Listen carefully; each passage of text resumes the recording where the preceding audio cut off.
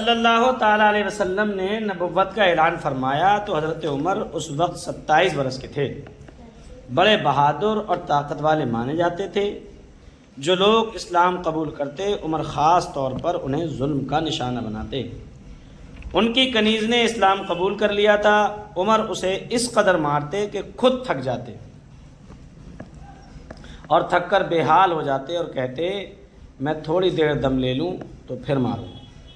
یہ سختی تھی حضرت عمر کی۔ ایک روز کہنے لگے کیوں نہ حضور صلی اللہ تعالیٰ علیہ وسلم کو قتل کر دیا جائے تاکہ ہر روز کا یہ قصہ ختم ہو جائے۔ آخر یہ ارادہ کر کے اٹھے، تلوار ہاتھ میں لی اور سیدھے حضور صلی اللہ تعالیٰ علیہ وسلم کی تلاش میں نکلے۔ راستے میں نعیم بن عبداللہ ملے جو مسلمان ہو چکے تھے۔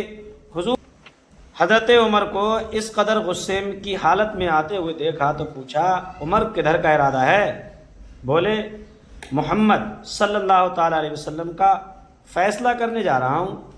نعیم رضی اللہ تعالیٰ عنہ بن عبداللہ نے کہا پہلے اپنی گھر کی تو خبر لو، تمہاری بہن اور بہنوئی مسلمان ہو چکے ہیں۔ نعیم بن عبداللہ کا خیال تھا کہ عمر اپنے بہنوئی کے گھر جائیں گے تو وہ بھاگ کر حضور صلی اللہ تعالیٰ علیہ وسلم کو عمر کے ارادے سے آگاہ کر دیں گے۔ حضرت عمر رضی اللہ تعالیٰ عنہ نے یہ بات سنی تو فوراً پلٹے اور بہن کے گھر پہنچے۔ وہ اس وقت قرآن مجید پڑھ رہی تھیں۔ عمر رضی اللہ تعالیٰ عنہ کے آنے کا سنا تو فوراً چپ ہو گئیں اور قرآن مجید کے ورق چھپا دیے، لیکن عمر رضی اللہ تعالیٰ عنہ کے کانوں میں آواز پڑ چکی تھی۔ کڑک کر پوچھا یہ کیسی آواز تھی؟ بولی کچھ نہیں۔ عمر رضی اللہ تعالیٰ عنہ نے کہا میں سن چکا ہوں، تم دونوں مسلمان ہو گئے ہو۔ یہ کہتے ہوئے بہنوئی کو مارنا شروع کر دیا۔ بہن بچانے کے لیے آگے بڑھیں تو وہ بھی زخمی ہو گئیں اور ان کے ماتھے سے خون بہنے لگا۔ اسی حالت میں بولیں عمر جو جی میں آئے کرو، اب ہم اسلام نہیں چھوڑ سکتے۔ بہن کے منہ سے نکلے ہوئے ان لفظوں نے عمر کے دل پر خاص اثر کیا۔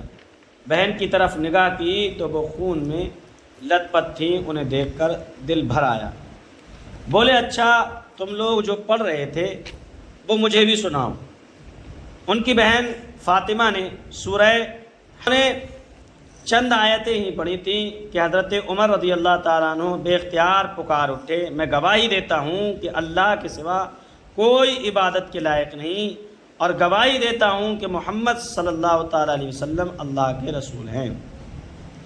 یہ وہ زمانہ تھا کہ قریش حضور کی جان کے دشمن بنے ہوئے تھے اور حضور صلی اللہ علیہ وسلم کوہ صفا پر حضرت ارقم کے مکان میں رہتے تھے۔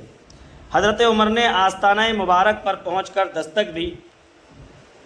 صحابہ نے دیکھا کہ حضرت عمر رضی اللہ تعالیٰ عنہ تلوار ہاتھ میں پکڑے آئے ہیں۔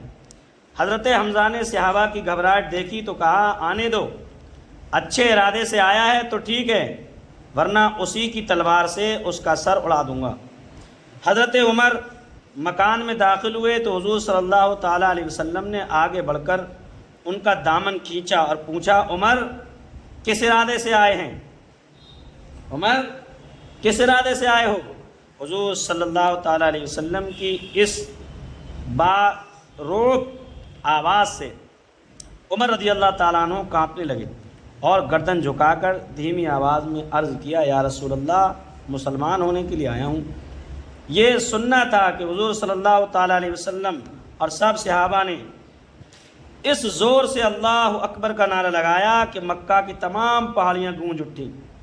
حضرت عمر کے مسلمان ہونے سے اسلام کی تاریخ کا ایک نیا دور شروع ہوا۔ اس وقت اگرچہ تقریباً 40 آدمی اسلام لا چکے تھے، ان میں قریش کے مشہور بہادر حضرت حمزہ بھی شامل تھے، لیکن ابھی تک مسلمان کھلم کھلا آزادی کے ساتھ نماز نہیں پڑھ سکتے تھے۔ حضرت عمر کے مسلمان ہونے سے مسلمانوں کے حوصلے اس قدر بڑھ گئے کہ انہوں نے کعبے میں جا کر نماز پڑھنی شروع کر دی۔